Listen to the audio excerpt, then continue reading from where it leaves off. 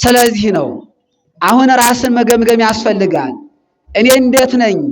በቅዱስ ሥጋው በክቡር ደሙ ተዋጅቻለሁ ወይ? በቤተ ክርስቲያን ሕግ እየተመላለስኩ ነው ወይ? ክርስቶስን መስያለሁ ወይ? የክርስቶስ ተከታይነቴን በእርግጠኝነት በልቤ ነው ወይ? እግረ መስቀሉ ድረስ እስከ ቀራንዮ ድረስ ነው ወይ? ወይስ መከራ በመጣ ጊዜ ተለይቼ እሄዳለሁ ወይ ብሎ ራስን ማሰብ ያስፈልጋል። ስለዚህ ሁልጊዜም እግዚአብሔርን ማሰብ። አያችሁ እንቅልፍ ምን አይነት ችግር እንዳመጣ ተመልከቱ። መጀመሪያ የዕለት ጉርስ አሳጣ፣ ከዛ የዓመት ልብስ አሳጣን፣ የመጨረሻ ደግሞ ከመንግስተ ሰማያት አወጣን፣ ከርስት አሳጣን። ስለዚህ ማሰብ ያስፈልጋል። አሁን ያለው ሰው ምን አይነት ሰው ነው ብትሉ ሞት የሌለ ብሎ የሚያስብ ሰው ነው። እውነት ለመናገር ድንግል ማርያምን የሚሳደብ ሰው ነው ትላላችሁ? የለም እኮ የመሰረታችን ምክንያታችን እሷ እኮ ናት። መሰብሰቢያችን እሷ እኮ ናት። አባ ጽጌ ድንግል በድርሰቱ አልቦ ጸሎት ወአልቦ ትንባሌ እንበሌኪ ድንግል የዐርግ ሉዓሌ።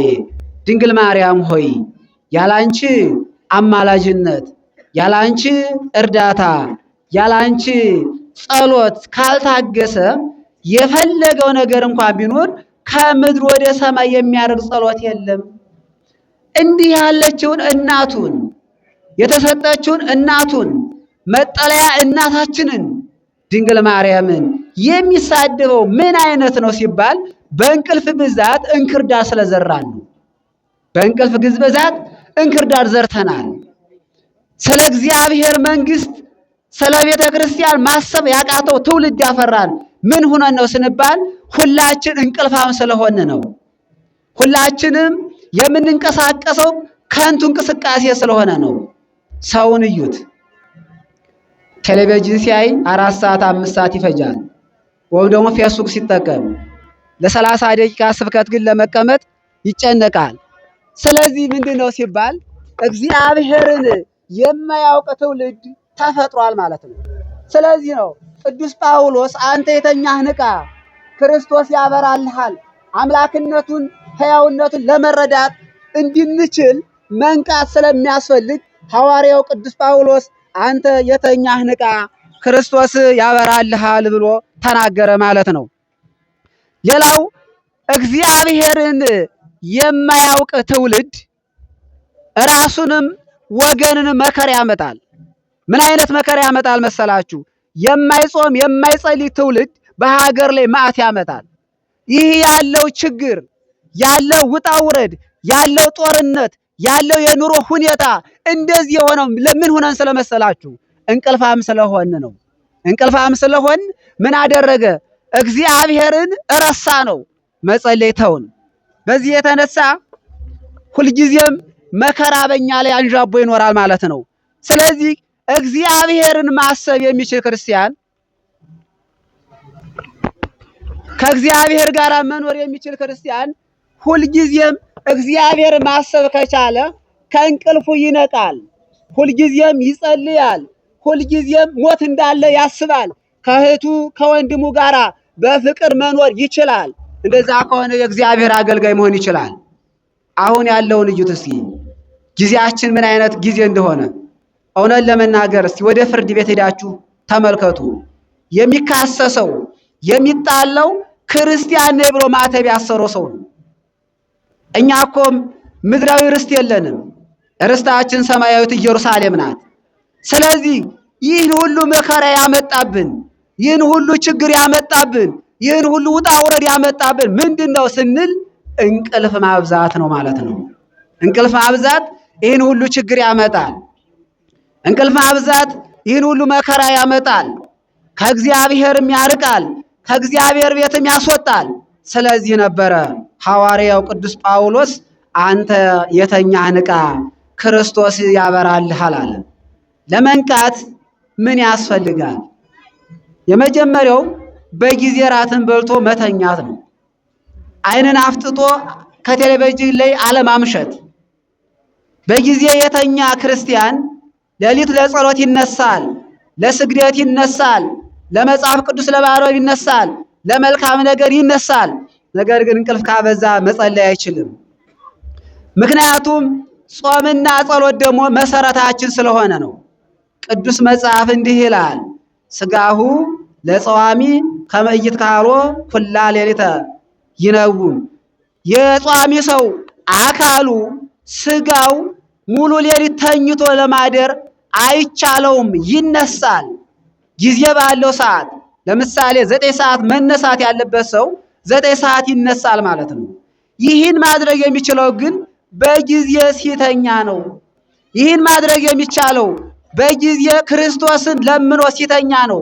ክርስቶስ የሌለበት ሕይወት፣ ድንግል ማርያም የሌለችበት ሕይወት፣ ቅዱሳን የሌሉበት ሕይወት አይደለም፣ መራራ ነው የሚሆነው። ጉዟችን ያለ እነሱ አይሆንም። ምክንያቱም የያዝነው መንገድ ሰማያዊ መንገድ ነው። እንቅፋት የሚበዛበት፣ እሾህ የሚበዛበት፣ መውደቅ የሚበዛበት፣ መንገላታት የሚበዛበት፣ መከራ የሚበዛበት፣ ችግር የሚበዛበት መንገድ ነው የያዝነው። ይህን መንገድ ለመውጣት በራሳችን ጽናት አንችልም። ምን ያስፈልገናል? ምርኩዝ ያስፈልጋል። ምን ያስፈልጋል? ረዳት ያስፈልጋል። ረዳት ለማግኘት ደግሞ ሁል ጊዜ መጸለይ ያስፈልጋል። ቅዱስ እግዚአብሔር አምላካችን በማቴዎስ ወንጌል ምዕራፍ 6 ላይ ስትመለከቱ 3 የሥነ ምግባር ራሶች ብሎ ያስቀመጣቸዋል። እነዚህ 3ቱ የሥነ ምግባር ራሶች የሚባሉት የመጀመሪያው ጾም ነው። ጾም፣ ቀጣይ ምጽዋት ነው፣ ከዛ ጸሎት። እነዚህን መጾም መጸለይ የሚችል ሰው ሁልጊዜም የእግዚአብሔር አገልጋይ መሆን ይችላል። ለምን ሲባል ከእንቅልፉ ነቅቷል። የዚህ ዓለም ነገር ሊያታልለው አይችልም። የዚህ ዓለም ነገር ከንቱ እንደሆነ ያውቃል። ምክንያቱም የዚህ ዓለም ከንቱነቱን የክርስቶስ ልጅ ስለሆነ አውቆታል። አባታችን ቅዱስ ሲራክ በመጽሐፈ ሲራክ ምዕራፍ 2 ቁጥር 10 ላይ መኑ ዘተኀፍረ በእግዚአብሔር፣ በእግዚአብሔር አምኖ የሚያፍር ማን ነው?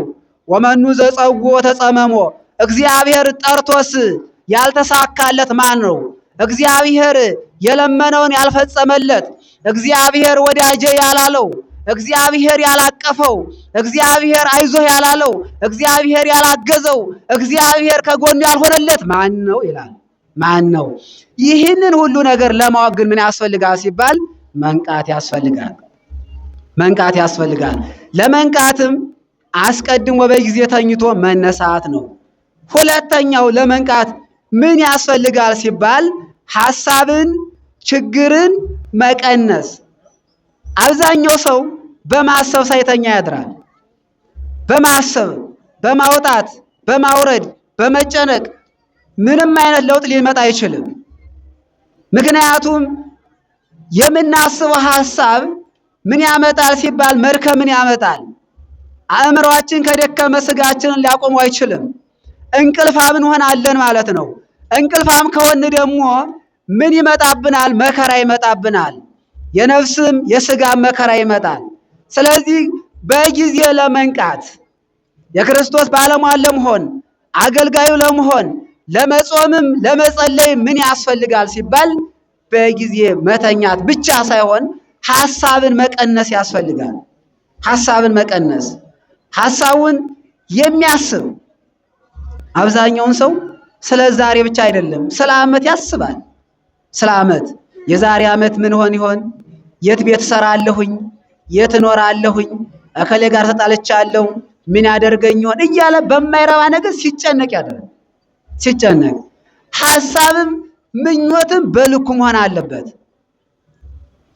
አምላካችን ክርስቶስ እግዚአብሔር ያስተማረን ይህን ነው። እሱ ራሱ ባለቤቱ ክርስቶስ በብህቅ ልህቀ ነው ያለው። ቀስ እያለ ነው ያደገ። አምላክ ነኝና ዕለቱን ተጸንሼ ዕለቱን ልወለድ ወይም ደግሞ ዕለቱን አድጌ ወንጌል ላስተምር አላለም።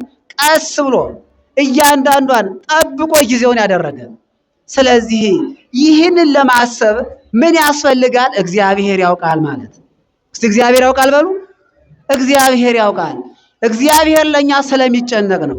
እግዚአብሔር ያውቃል ያለ ክርስቲያን ለእግዚአብሔር ሐሳቡን ስላስገዛ ኃላፊነቱን ለእግዚአብሔር ስለሰጠ ሙሉ ገንዘቡን ሙሉ ሕይወቱን ክርስቶስን ስለጋበዘበት ሕይወቱ ይስተካከላል።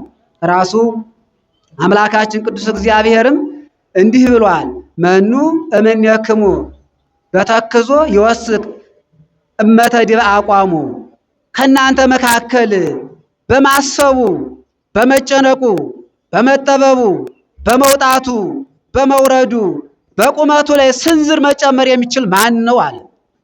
ይህንን ማድረግ የማንችል ከሆነ ጥቁሩን ፀጉራችንን ነጭ ማድረግ ነጭ ፀጉራችንን ጥቁር ማድረግ የማንችል ከሆነ ማሰብ አያስፈልግም። ስለዚህ እግዚአብሔር ያውቃል ማለት ለእግዚአብሔር ቤትን መስጠት የእግዚአብሔር አገልጋይነትን ማታየት ለእግዚአብሔር ታዛዥ መሆን በመስቀሉ ግርጌ መኖር በቤተ ክርስቲያን ጥል መኖር በእመቤታችን አማላጅነት መተማመን እንደዛ ከሆነ ይነቃል ማለት ነው። ይህን ማድረግ የሚችል ክርስቲያን በዚህ ጉዞ መሄድ የሚችል ክርስቲያን ሰንሰለቱን ጠብቆ የሚል ክርስትና ካለ ይህ ከሆነ ምን ይሆናል? እግዚአብሔርን ሊያጣ አይችልም። ስለዚህ ነው ቅዱስ ጳውሎስ አንተ የተኛህ ንቃ ክርስቶስ ያበራልሃል። ክርስቶስ ያበራልሃል። አምላክነቱን መረዳት መከራ ሲመጣበት አለመጨነቅ አለመሸበር። ክርስቲያን ሁሉ አለመከራ የተፈጠረ የለም። እምነቱ በመከራ የተፈጠረ እምነት ነው ማወቅ አለባችሁ። ክርስቶስ ተገርፎ ክርስቶስ ተሰዶ ክርስቶስ ተሰቅሎ እኛ በደህና ተኝተን እንድንኖር ታስባላችሁ እንዴ? 24 ሰዓት በልተን እንድንሞት ታስባላችሁ እንዴ? አያስፈልግም እኮ ይሄ። ለምን? እኛ የክርስቶስ ልጆች ነን። እናንተ ልጆቼ ናችሁ እንጂ አገልጋዮች አይደላችሁም ብሎ ክርስቶስ ከሾመን ክርስቶስ ቤቱን ከሰጠን የማታልፈውን መንግስተ ሰማያትን ካወረሰን ስለዚህ የሱ ልጅ ለመሆን ደግሞ የሱን ስራ መስራት ያስፈልጋል። አይደለም በክርስቶስ በዓለም ላይ ያለ እንኳን አባት ልጆቹን በሚያስተዳድርበት ሕግና ስርዓት መሰረት በሕጉ የማይጓዘውን ልጁን በሕጉ የማይሄደውን ልጁን ትእዛዙ የማያከብረውን ልጁን ርስቱን ጉልቱን ሊያካፍለው አይችልም። ለምን? ከሕጉ ስለወጣ ስላልታዘዘው ከሐሳብ ውጭ ስለሆነ ከምኞት ውጭ ስለሆነ። እንደዚህም ሁሉ የምድራዊ አባት መንግስተ ርስትን የማይሰጥ ከሆነ ሰማያዊ አባትም ከርስቱ ሊያስገባን አይችልም። ምን ካል? በሕጉ ካልሄድን። ስለዚህ ምን ያስፈልጋል? መንቃት ያስፈልጋል። መንቃት ያስፈልጋል። እግዚአብሔርን ማወቅ ያስፈልጋል። ቤተ ክርስቲያንን ማወቅ ያስፈልጋል። ቅዱሳንን ማወቅ ያስፈልጋል። እግዚአብሔርን አምላክነቱን ያልተረዳ ክርስቲያን ውለታ ቢስ ይሆናል። አምላካችን እግዚአብሔር ውለታ ሳይረሳ ከሚታወቁት አንዱ ክርስቶስ ነው። ለምሳሌ አባቶቻችን ሲገልጡት ተወካፊ ዘያስ ይሉታል። ሰጥቶ እንደገና ስንሰጠው ደግሞ እኛ ለጽድቅ የሚያበቃ። ለምሳሌ ተመልከቱ፣ እህል የሚያበቅለው ማን ነው? ማን ነው እህል የሚያበቅል? እግዚአብሔር ነው አይደለ? ውሃን የሰጠ ማን ነው? እግዚአብሔር ነው። ተመልከቱ፣ ብንመጸውት ብናበላ ብናጠጣ የሱ እርሻ ነው፣ በእርሱ እህል ነው፣ በእርሱ ውሃ ነው። ብናስተምር በራሱ አእምሮ ነው። ብንሰብክ በሰጠን ምስጢር ነው።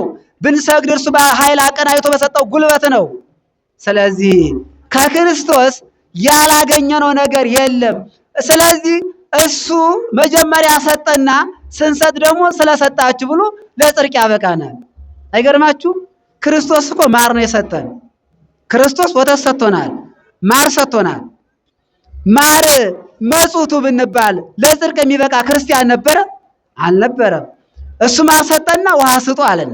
ቀዝቃዛ ውሃ ስጡ፣ ቁራሽ እንጀራ ስጡ፣ ለጽድቅ ትበቃላችኋል።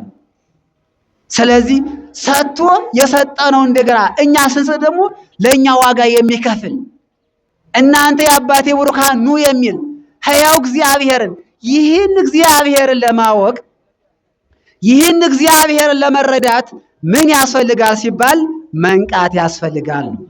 መንቃት ያስፈልጋል። አምላክነቱን ለመረዳት መንቃት ያስፈልጋል። እግዚአብሔርን ደግሞ ለማወቅ የእግዚአብሔርን ክርስቶስ ተሰቅሎ ተገርፎ እንዳዳነን ስናውቅ ደግሞ ማን እናስባለን? ድንግል ማርያም እናስባለን። ቅድም መምህራችን በሚገባ አስተምረውናል። ድንግል ማርያም መርሳት የለብንም። የፀሐያችን መውጫ ምስራቃችን፣ የሕይወታችን እንጀራ ሞሰባችን ድንግል ማርያም ናት። ያለ ድንግል ማርያም የሚጣፍጥ ነገር የለም። ያለ ድንግል ማርያም የሚሆን ነገር የለም። ድንግል ማርያም ከፍ ያለች ናት። እኛ ልንጨምረው ልንቀንሰው የምንችለው ነገር የለም። ቢሳደቡ የሚቀንሱት ነገር የለም። ራሳቸው ይዋረዳሉ፣ ራሳቸው ይሰቃያሉ፣ ራሳቸው ምሕረትን ያጣሉ። ነገር ግን እኛ ግን በድንግል ማርያም እንመካለን። ለምን? ኃጢአት በከበበው ዓለም፣ ኃጢአት በበዛበት ዓለም፣ ኃጢአት እንደ ጉም በከበበው ዓለም ንጽሐ ድንግልናዋን ሳታቆሽሽ በንጽህና በቅድስና ድንግልናዋን ክንፈ ድንግልናዋን ሳትሰብር የተገኘች ድንግል ማርያም ስለሆነች፣ ስለዚህ ይህን ለማወቅ የድንግል ማርያም ውለታ ለማወቅ የድንግል ማርያም አማላጅነት ለማወቅ የድንግል ማርያም እናትነትን ለማወቅ ምን ያስፈልጋል ሲባል መንቃት ያስፈልጋል። ለዚህ ነው ቅዱስ ጳውሎስ አንተ የተኛህ ንቃ፣ ክርስቶስ ያበራልሃል፣ ክርስቶስ ያበራልሃል። ድንግል ማርያምን ማወቅ የሚያስፈልገው ለዚህ ነው። ስለዚህ ሁልጊዜም የክርስትና እምነት ሚስጥሩ ያልገባቸው አባቶቻችን ሲሰቃዩ የሚኖሩት እንቆቅልሽ የሆነባቸው ምንድነው ሲባል ስላልነቁ ነው፣ ስላልነቁ ነው። እኛ ከዓለም ተለይተን ወደዚህ ስንመጣ እግዚአብሔር እንደመረጠን ማወቅ ያስፈልጋል። መመረጥን ደግሞ ማጽናት ያስፈልጋል። መመረጥን ማጽናት ያስፈልጋል። መመረጥን ሁልጊዜም ሁሉ ይጠራል። ነገር ግን የተመረጡ ጥቂቶች ናቸው። ምን ስለሆኑ? እንቅልፋም ስለሆኑ ነው። ስለዚህ እግዚአብሔርን አምላክነቱን፣ ድንግል ማርያም አማላጅነቷን፣ የቅዱሳን ተራዳይነት ለማወቅ መንቃት ያስፈልጋልና እንድንነቃ ቅዱስ ፈቃዱ ይሆንልን። ራሳችንን ገምር። እስቲ ወደ ራሳችን ሕይወት እንምጣ። ስንቶቻችንን የነቃን? ከዚህ ካለነው ሁሉ ስንቶቻችን ነፍስ አባት ያለን? ስንቶቻችን ነው ቅዱስ ሥጋውን ክቡር ነው የተቀበል? ስንቶቻችን ነው በንስሐ ሕይወት የተመላለስ? ዝም ብለን በመመላለስ ብቻ ማተውን በማሰር ብቻ ጊዜያችን የጨረስን አንኖርም። ከወንድማችን ከእህታችን ጋር ተጣልጠን ቂም ይዘን ቤተክርስቲያን የምንመጣ የለንም። ራሳችን ማሰብ አለብን። እንደዚህ ብሎ ክርስትና የለም፣ ክርስትና የለም። ቂም ይዞ ቤተክርስቲያን የሚመጣ ንስሐ አባት ሳይኖረው የሚኖር ክርስቲያን ያልነቃ እንቅልፋም ክርስቲያን ይባላል። ስለዚህ ከዚህ መንቃት ያስፈልጋል። በሕጉ በስርዓቱ ለመሄድ የመጀመሪያው ንስሐ አባት መያዝ ያስፈልጋል።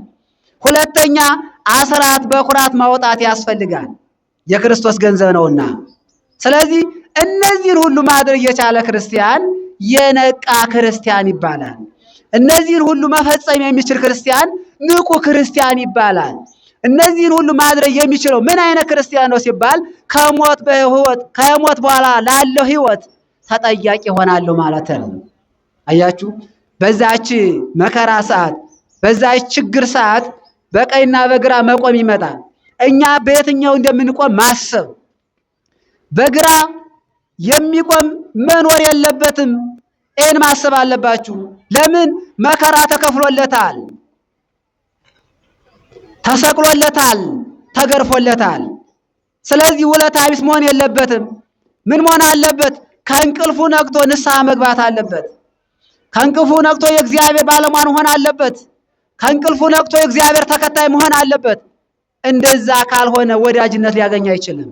ስለዚህ ነው ብርሃነ ዓለም ቅዱስ ጳውሎስ አንተ የተኛህ ንቃ፣ ክርስቶስ ያበራልሃል፣ በክርስቶስ ባለሟልነትን ታገኛለህ አለ። ራሳችንን ገምግም።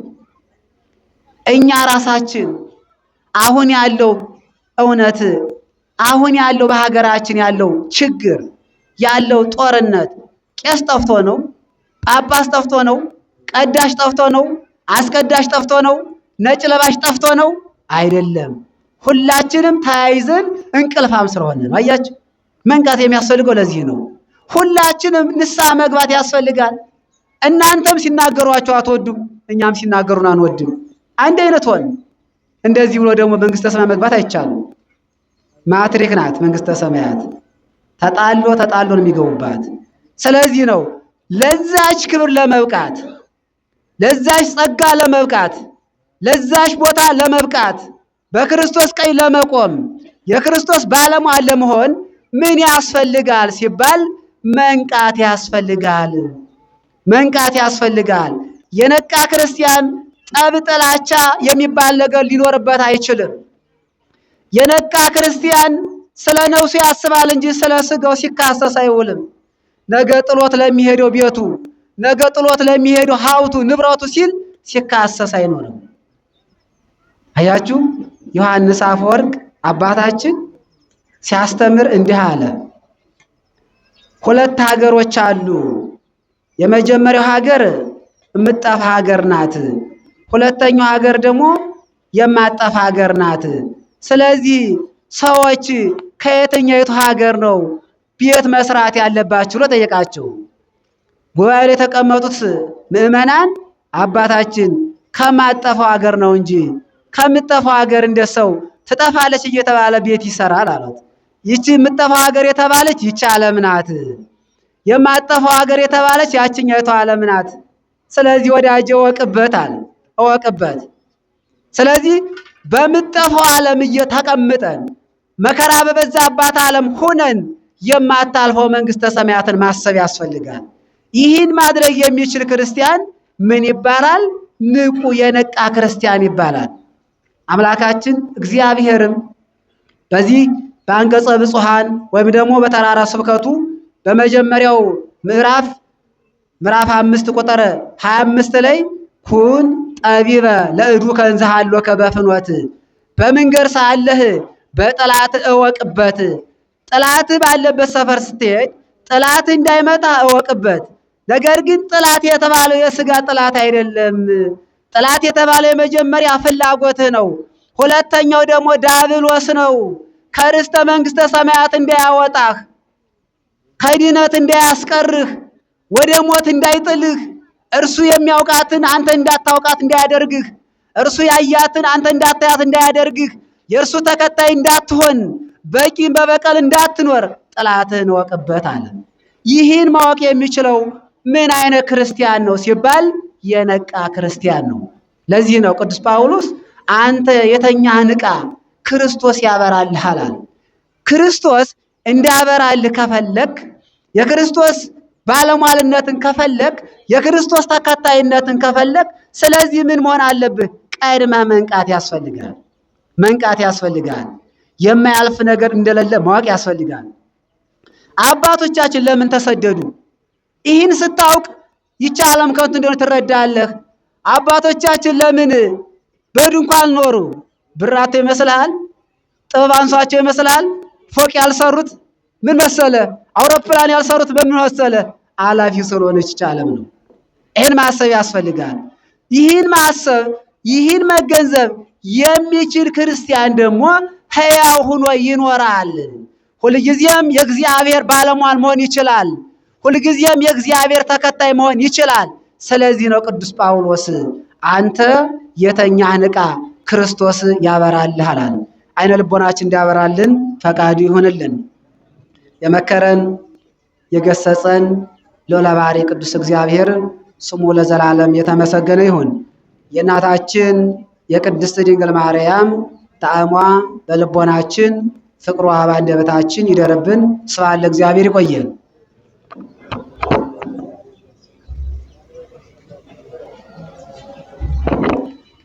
በቅድሚያ በመምህራችን ላይ አድሮ ያስተማረን ልዑል እግዚአብሔር ስሙ የተመሰገነ ይሁን።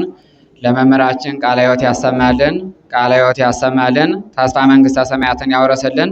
እንግዲህ መምህራችን በሚገባ የተኛህ ንቃ በሚል ርዕስ በሐዋርያው ቅዱስ ጳውሎስ ኤፌሶን 5:14 ላይ ያለውን ኃይለ ቃል ጠቅሰው የራቀውን አቅርበው የረቀቀውን አጉልተው አስተምረውናል። አሁንም በድጋሚ ቃለ ሕይወት ያሰማልን። እንግዲህ እሳቸው ቅስቀሳ ከተለያየ እንቅልፋችን እንድንነቃ እንድንባንን የማንቂያ ደወል ነግረውናል። ደግሞኛ ነእተን እግዚአብሔርን እንድናገኝና እንድንፈልግ መልካም ፈቃዱ ይሆንልን። እንግዲህ ከዚህ በመቀጠል ሰዓታችን ጋር ለመሄድ መልእክት አሉ። እነሱን አስተላልፈን መርሃ ግብራችን በጸሎት እንጨርሳለን።